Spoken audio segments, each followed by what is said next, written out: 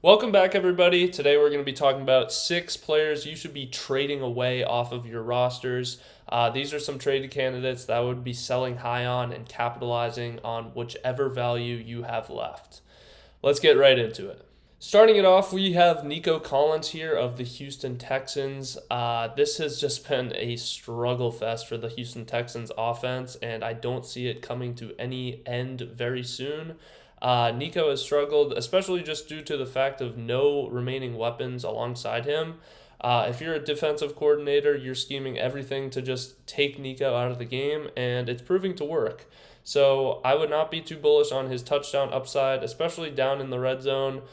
Teams are really keying on him, so it's going to continue to be tough sledding. His ADOT is just under 11 yards, which is the lowest of his career, and without having the Tank Dell presence to take any attention off of him, this has been a tough showing for Nico Collins, which I think should continue, but due to his name value, don't be surprised if you can get more than you would expect in a trade deal, sending Nico Collins off your team. As we can see in the production, he's only has one finish within the top 12 of wide receivers, and some wide receivers I have above him rest of season are Egbuka, Rome, and Devontae Adams. And for me, he slots in just under the top 12 wide receivers as a wide receiver 1, as my wide receiver 11, which I think is below a lot of experts' opinion, but seeing this offense is very, very brutal. I would try to sell high immediately with Nico on your team. Next up is going to be DeAndre Swift. So obviously he's been balling recently, but if there was ever a time to sell extremely high, it is right now. The emergence of Kyle Monanga is true, and the 7th-round rookie is continuing to turn heads, especially in this coaching staff, who said that they want to run a committee. This is what Ben Johnson did in Detroit, and I expect him to continue this into Chicago's offense. As we can see, the past 2 weeks, despite the 20-point fantasy finishes, Swift has been under 60% of snaps, and Monangai continues to get involved. Some running backs that I have above DeAndre Swift are Jalen Warren, Travis Etienne, and Breece Hall. Especially if he gets traded, Breece Hall is one of my favorite league winners.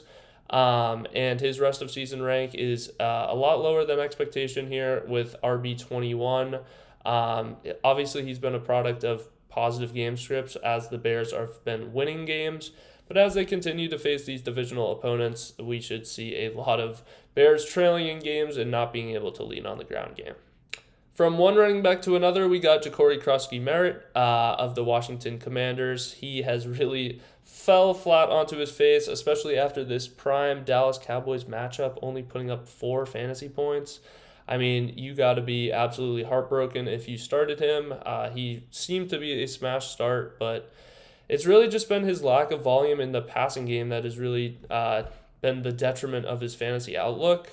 He only has 7 total receptions on the year, so in any half PPR or PPR leagues, he just really doesn't have that juice. But if you're able to capitalize on Bill for any return, some running backs that I would have above him, that if you could make that move, Kenneth Walker, Alvin Kamara, especially with Kendry Miller now missing the whole rest of the season, and Jalen Warren.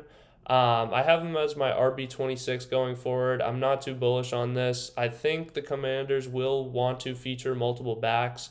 I think they like Bill in the early downs, but it's still to be seen how much they're going to use him in the red zone, especially when Jaden is healthy, vulturing all of those goal line carries. Our next player is going to be Romeo Doubs. So of the Green Bay Packers, this might come to a shock of a lot of you guys. I know he was a waiver wire pickup. I'm not sure how much you're going to get in return for him, but now is the time to move on. Jayden Reed and Christian Watson designated to return quite shortly, and they will immediately demand targets. Doubs has been a product of just a lot of large target share games here, and I'd expect this to just be a spread out offense, which is what Matt LaFleur likes to run and Jordan Love has proven to do, which made Romeo Doubs just kind of a touchdown or bust going forward.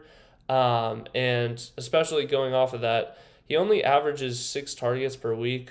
He has been very dependent on touchdowns, which are not a sticky stat.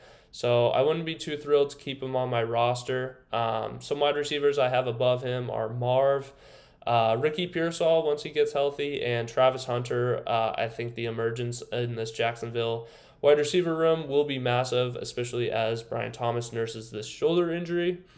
And the schedule does kind of get a little bit weaker for wide receivers here in the near future against the Panthers, Eagles, Giants. Those are games that they should all control. I'm expecting a lot of Jacobs.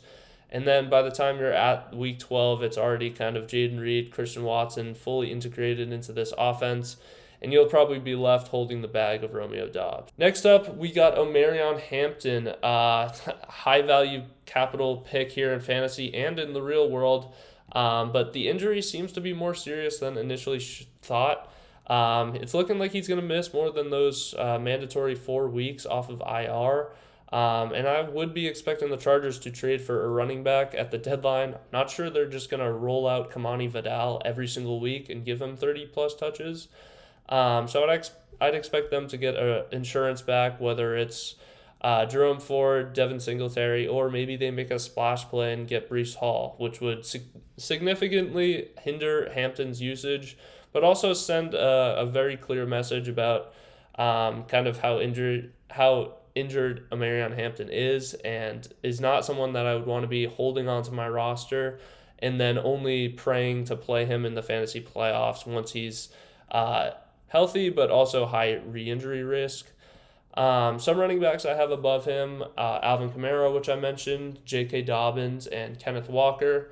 He is my RB28 going forward. Obviously, when he's on the field, he is a menace, but I don't think it's worth holding the bag, especially while he's hurt, and then once he comes back with an ankle, it's very high re-injury risk. You're not sure what the snap count's going to be, so if you can pivot off of Hampton, I certainly would. Our last trade-away candidate here is T. Higgins of the Cincinnati Bengals.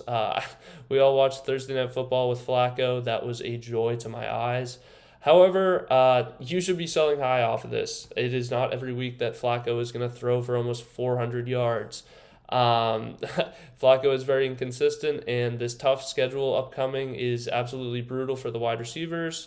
And you can get a little capitalization off of a upcoming bye week here. Maybe try and flip him for a guy who already had his bye week.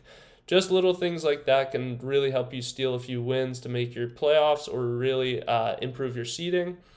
So he only has 28 catchable targets this whole year. Obviously, the QB play has been terrible, but T is more of the downfield threat. So if they miss on these downfield targets, you are going to be left hopeless for the week.